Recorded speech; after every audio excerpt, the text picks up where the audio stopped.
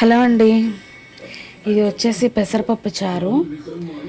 ఇది వేసవకాలంలో ఎక్కువ శాతం తింటాం కదా, పెసరపప్పుతో చేసుకునే చారు అండి.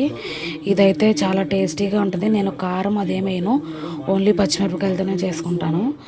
చాలా బాగుంటుందండి. వేసవికాలంలో మనం ఇది తిన్నామంటే మన ఒంట్లో ఉన్న వేడి మొత్తం పోతుంది.